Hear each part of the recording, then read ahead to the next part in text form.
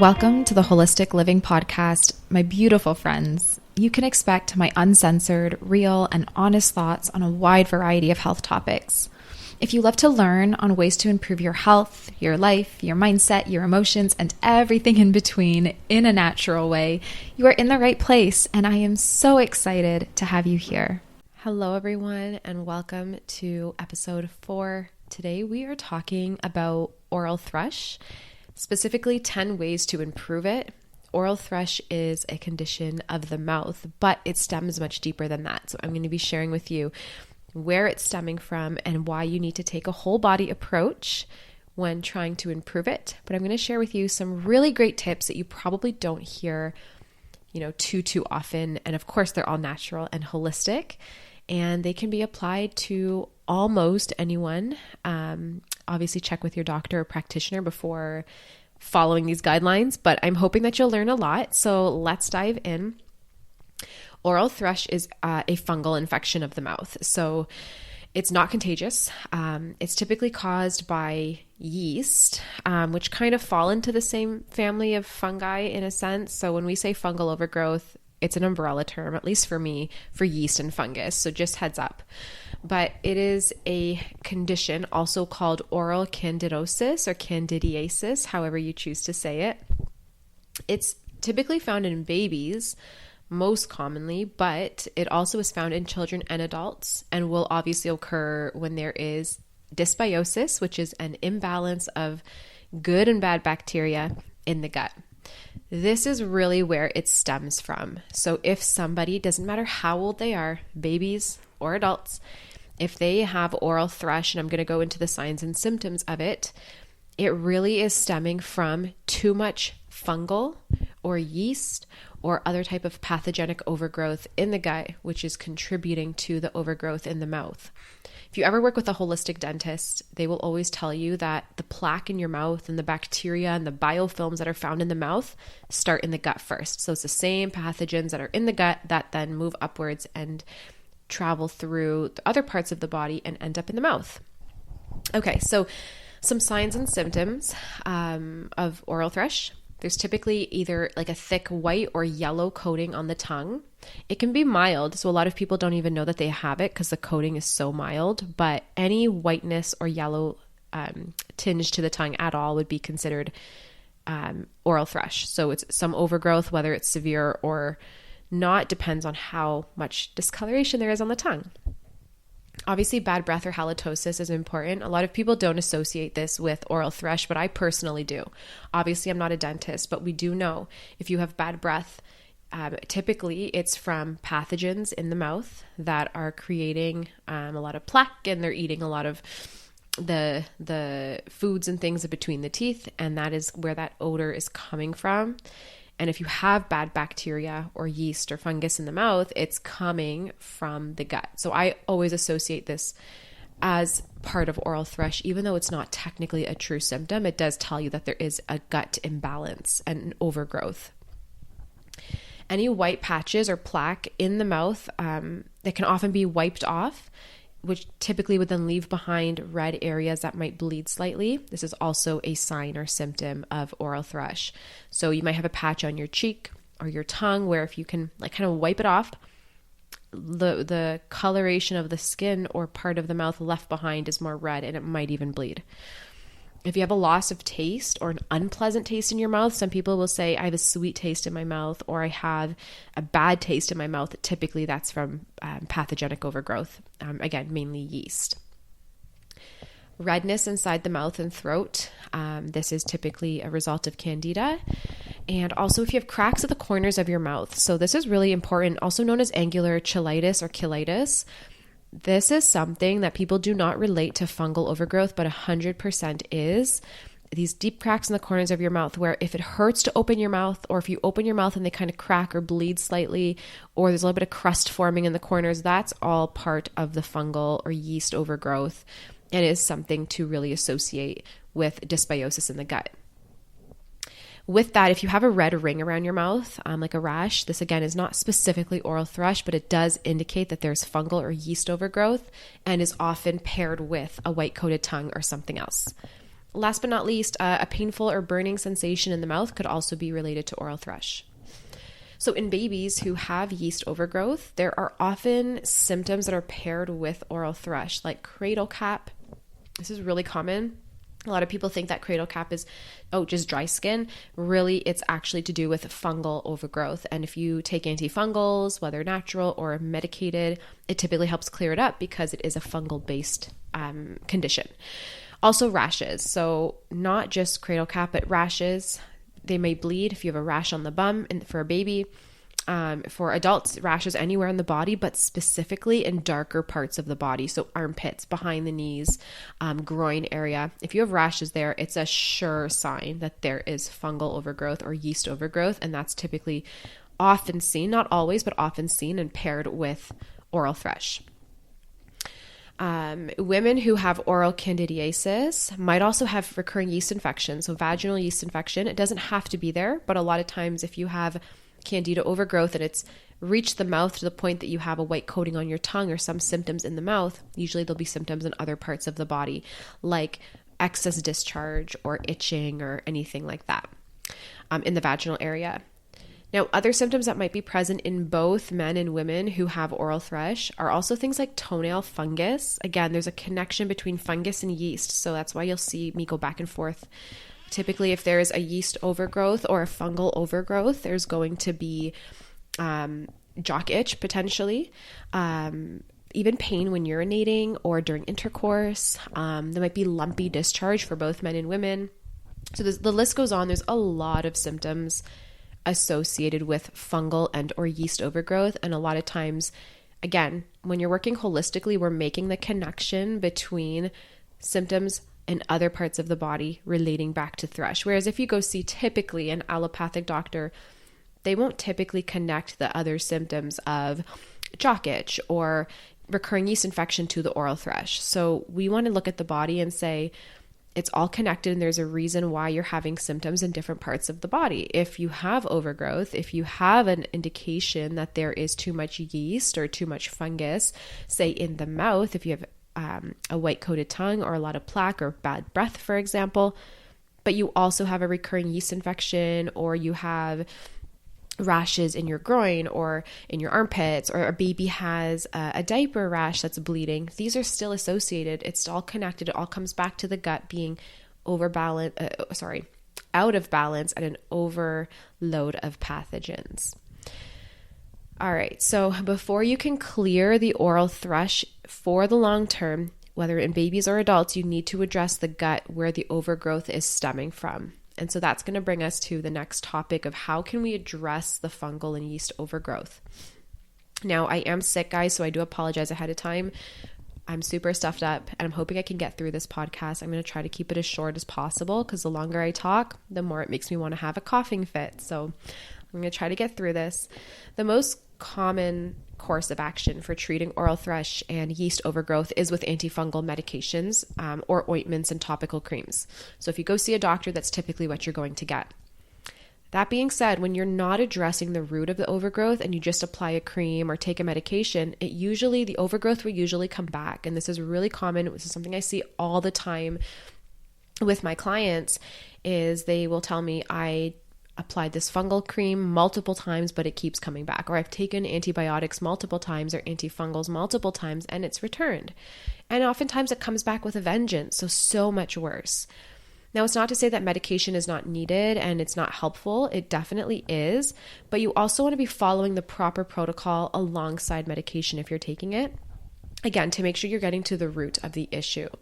So you need to, first and foremost, change your diet. This applies to babies and to adults and to children. Now, before I continue, if we're talking about a little newborn or a 3-month-old or 6-month-old that has oral thrush, obviously they can't change their diet. They're eating milk.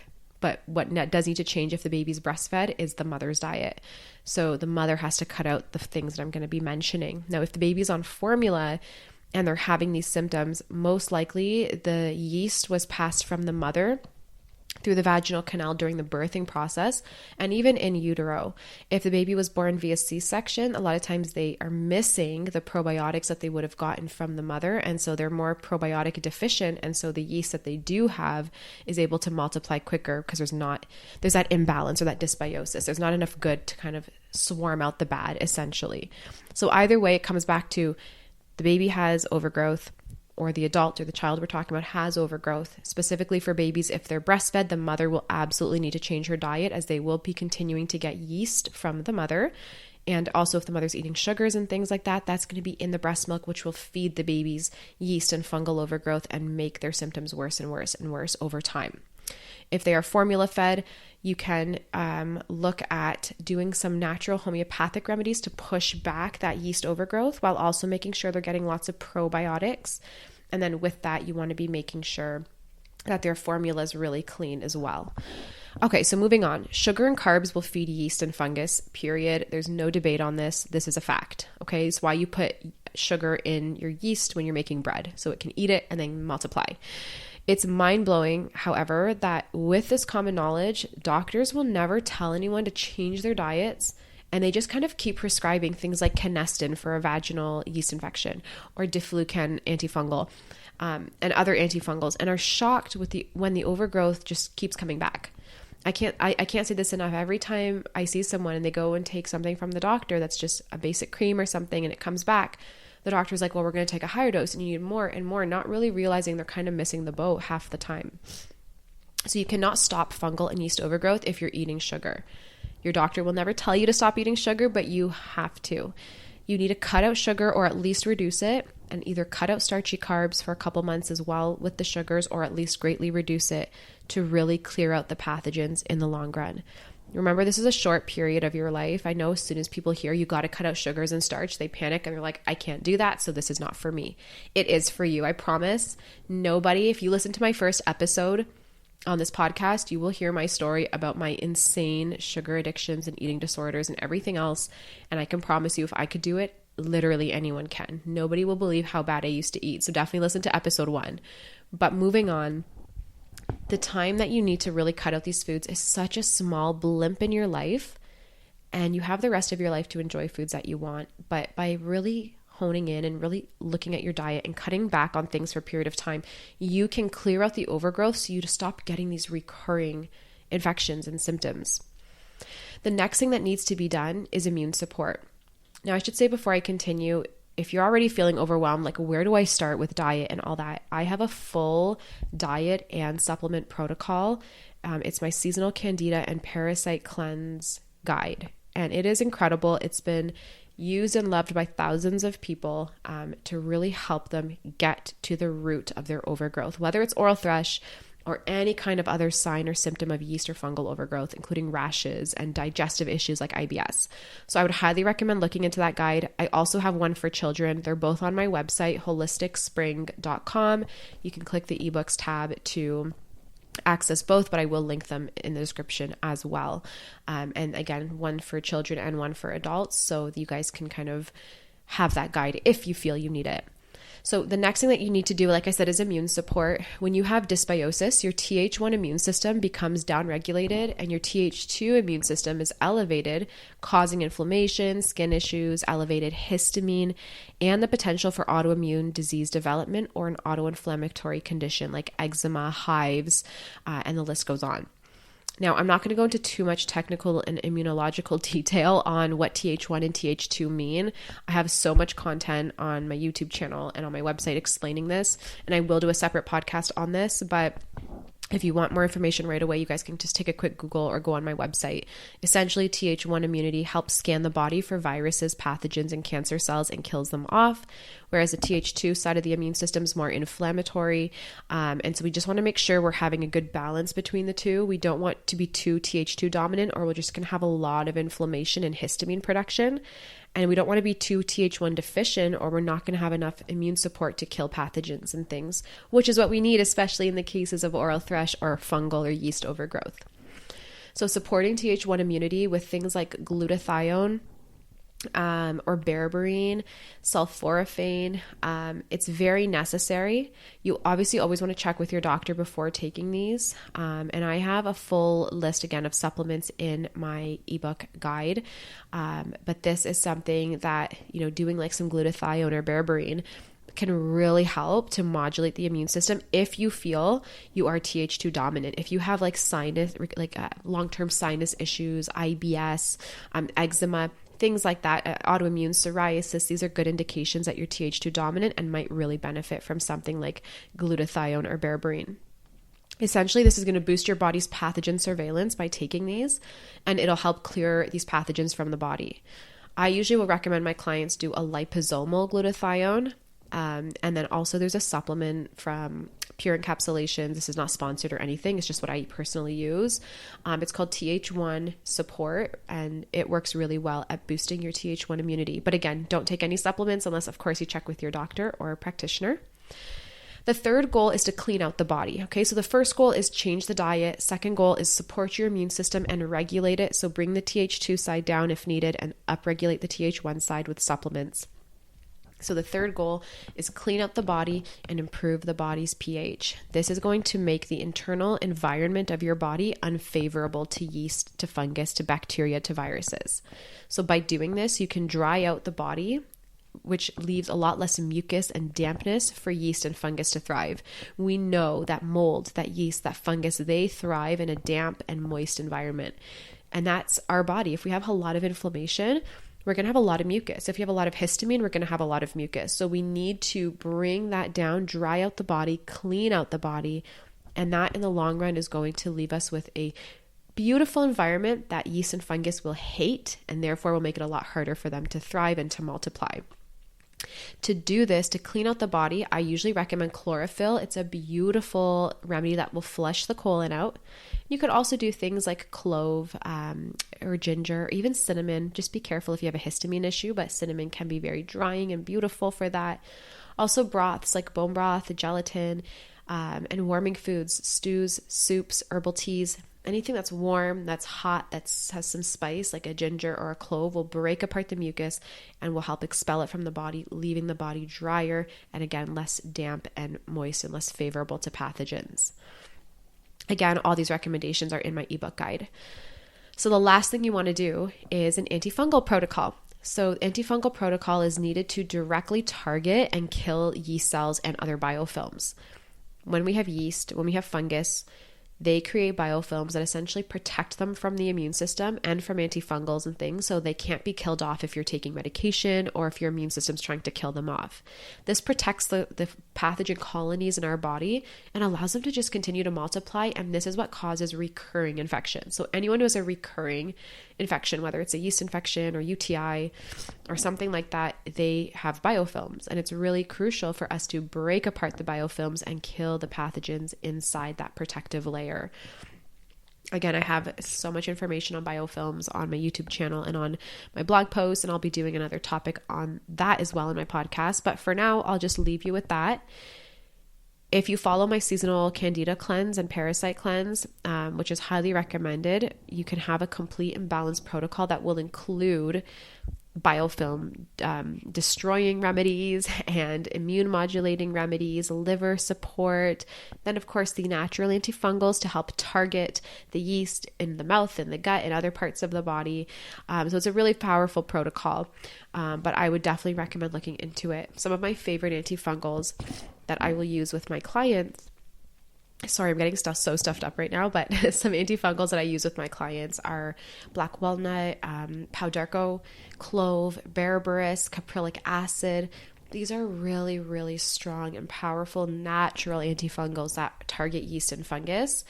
And I find a lot of times they work so much better than taking like a Canesten cream or something like that, because you're getting to the root of it. Now, again, it's not to say you don't need medical intervention sometimes, but just make sure that when you are having that medical intervention, you're also getting to the root of the overgrowth and the dysbiosis. All right, so now that we've given you a little bit of background and insight into what's kind of happening in the gut and what needs to be done, let's get to the juicy part, the oral thrush specifically. Nobody likes to have oral thrush because we don't want the bad breath, we don't want the plaque, we don't want the white coating on our tongue. We want a nice, fresh, bright, clean mouth and smile. So this is so important for us. So while changing your diet, supporting your immune system, and taking antifungals to target and kill yeast in the gut are all things that you can do to help improve your oral health and quickly diminish the population in your mouth. There's also some things that you can do directly to really quickly improve the thrush that's directly in the mouth. Now, it'll keep coming back if you're not addressing the root of the issue, but these are things you can do daily to really reduce the bacteria in the mouth and the pathogens in the mouth and improve your oral health. So I'm going to just run through them really quick with you. The first one is to brush your teeth with essential oils. You can use a toothpaste if you want with this or this on its own. We do this on its own. It works beautifully. Always check with your dentist and confirm, but I will make a toothpaste containing clove essential oil, which is highly antifungal, anti-yeast, and biofilm disrupting. Neem as well, which is the same. Tea tree and peppermint. These are like the antifungal and yeast and bacteria powerhouse. So these 4 essential oils are what I have always as staples in my home for our oral health. We mix a few drops of each of these with a 1/4 cup of baking soda, a tablespoon of coconut oil, 2 teaspoons of colloidal silver, and we mix it with a little bit of water and liquid stevia to sweeten it. And that's like what we use for our toothpaste. Again, you can use this after you have regular toothpaste if you want, and it's still going to help to really clear out the bacteria and the pathogens and the biofilms. So highly recommend utilizing essential oils. They work incredible. The next thing is using a tongue scraper in the morning. You might have seen these on social media and you might have thought it's just another gimmick, but they do work. So getting a tongue scraper, you can use it in the morning, afternoon, and night for even more support. It keeps removing yeast and biofilms from the surface of the tongue, which is important because that's where they're going to be sitting. So you literally scrape the tongue and you will see so much come off the tongue. It's actually so satisfying. And this is something that I do and I have my kids do as well. And it works so well to just keep our tongues nice and pink and healthy. The third thing is to swish your mouth with probiotics, then swallow them to get the benefits in the gut as well. But you're just going to kind of coat your mouth in healthy probiotics that will help to improve the balance of probiotics to pathogens in the mouth. You want to make sure that you're using a probiotic that contains Lactobacillus salivarius strain as one of the strains, as that's the one that we need in our mouth. I do this sometimes 2 to 3 times a day. If you have oral thrush, you want to do it frequently, that swishing of the probiotics. The fourth thing is oil pulling with coconut oil. And again, those essential oils, the clove, peppermint, neem, and tea tree. I do this for 20 minutes each morning. I recommend doing it before you eat. So brush your teeth while you're doing your hair, washing your face, making your bed, getting ready for the day. That's when I'd be oil pulling. So you just do like a teaspoon of the coconut oil and a drop of each of those essential oils and swish, swish, swish for 20 minutes, then spit it out in the garbage and rinse your mouth with water. This oil pulling gets the essential oils into the grooves of the teeth, between the teeth, in the tongue, and all the areas you can't reach with a brush, and it pulls the bacteria out, and it works so well at whitening the teeth as well. The fifth thing is to take an oregano oil, an oregano oil capsule with your meals to assist in killing of yeast, if your doctor approves. So don't take if you have any ulcers, of course, but oregano oil is so powerful to start killing yeast in the gut, alongside an antifungal protocol. The sixth thing is do a saltwater rinse each night before bed to kill bacteria, as salt has antiseptic, cleansing, and soothing properties. I am obsessed with salt rinse, and actually your dentist will tell you to do this too. If you have any kind of imbalance in the mouth, a tooth infection, yeast, oral thrush, anything at all, the more you do the salt rinse, the better. So you could also be doing this in the morning before or after you do coconut oil pulling. Or even in place if you don't have the time to do the oil pulling. But a saltwater rinse is really important, and you can find the ratios of how to do that online. I recommend adding some essential oils to it for even more support. The seventh thing is to brush your teeth using an electric toothbrush, but make sure you always brush before bed. This is really the biggest tip, is brushing before bed. It's the most important time to brush so that the pathogens aren't sitting in the mouth overnight eating the food from that day. And feeding off of it, which this is how plaque will form and bad breath and more coating. So brushing before bed is the most important tip, but of course using an electric toothbrush will really help get in the grooves of the teeth. Number 8 is always flossing before bed as well, to ensure that there's nothing stuck between the teeth for bacteria to break down. This is really important. I know there's so many steps to oral care, but if you have an imbalance in the mouth of pathogens, it's you're on your way to cavities if you don't have them already. So making sure we're doing all these things to get rid of the pathogens in the mouth will help minimize our chance of cavities, of our enamel breaking down, of plaque, and all that other stuff. Number 9 is avoid eating sugar as much as possible. If you are to have it, avoid eating it later than 2 p.m. This will give your mouth plenty of time before bed to clear the sugars and starches from your mouth, and therefore leave, again, less sugars and starch for pathogens to feed off of. Number 10 is take a shot of apple cider vinegar with some warm water each morning to alter the pH of the mouth and the gut. This is going to help to start to shift that environment so that pathogens and yeast can't thrive as well.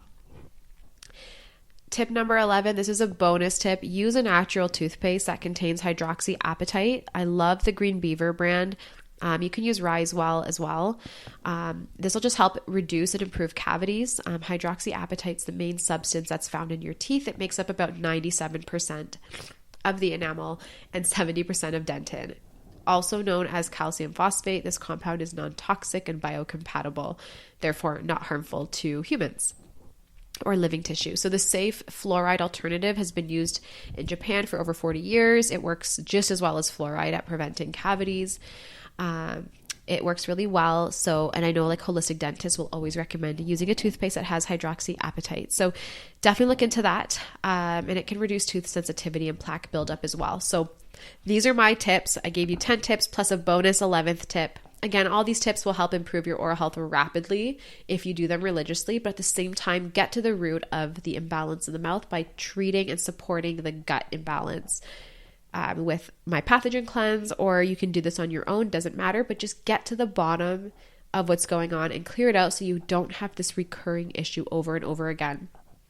It's important for babies to address it young because it'll just build and build and build as they get older. Now, obviously, babies are not going to be doing all of this oral care stuff, but it's important for the mother to make sure if she's breastfeeding, her diet's really good, she's taking a lot of probiotics and things. And then for the baby, you can give the baby probiotics, and you could try brushing baby's mouth a little bit, like the tongue, with a very soft bristled toothbrush. There's lots you can do, absolutely. And if there's a child, I'd have a really good pathogen cleanse for kids, like a candida cleanse. So lots to do and support. If you have any questions, you can always reach me through my social media, and I will answer your questions and help in any way that I can. But I do need to sign off now as I am not feeling 100%. So I am going to sign off, and I hope you guys have a beautiful night or day wherever you're listening from, and an amazing Easter if you celebrate. We are so excited to just get to be with our family this weekend and relax and chill. So I hope you guys have a fantastic weekend, and I will talk to you in the next podcast. Thank you so much for listening. Take care.